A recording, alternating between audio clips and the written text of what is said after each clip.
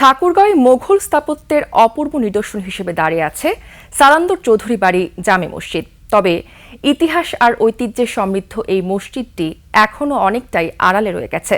পারিবারিক উদ্যোগে মসজিদটির সৌন্দর্য ও ঐতিহ্য ধরে রাখতে চলছে সংস্কার কাজ। ঠাকুরগাঁও প্রতিনিধি এস.এম. জসিমউদ্দিনের পাঠানো তথ্যচিত্রে ডেস্ক রিপোর্ট।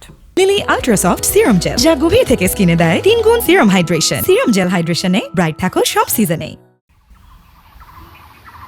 18 শতকের শেষ দিকে তৎকালীন জমিদার বরে মোহাম্মদ সরকার এই মসজিদটি তৈরি করেন। প্রায় 30 ইঞ্চি পুরু দেয়াল, 16টি মিনার ও 3টি বিশাল গম্বুজ মসজিদটির স্থাপত্যকে করেছে দৃষ্টিনন্দন। চুনসুরকির গাঁথুনিতে নির্মিত এই মসজিদের দেয়াল জুড়ে রয়েছে মোঘল অলঙ্করণের মনোমুগ্ধকর নিদর্শন। আমার আব্বা নিয়ে আসতো এই মসজিদে নামাজ পড়তে। আজ থেকে 30 বছর বা 50 বছর আগে মানুষ এসে জুম্মার নামাজ আদায় করতেন। এর ভিত্তিটা অনেক শক্ত এবং মজবুত, এটা চুনসুটকি দিয়ে তৈরি। স্থানীয়দের মতে ঐতিহ্যবাহী এই মসজিদটির প্রচার কম হওয়ায় অনেকেই এর ইতিহাস জানেন না। প্রত্নতত্ত্ব বিভাগও উদাসীন।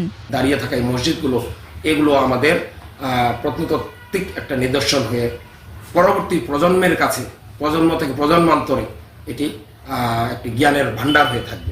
যথাযথ সংস্কার ও সংরক্ষণ করা গেলে এই মসজিদটি হবে ইতিহাস ও ঐতিহ্যের গুরুত্বপূর্ণ নিদর্শন। উপমা রায়, ডেস্ক রিপোর্ট, 21 টেলিভিশন।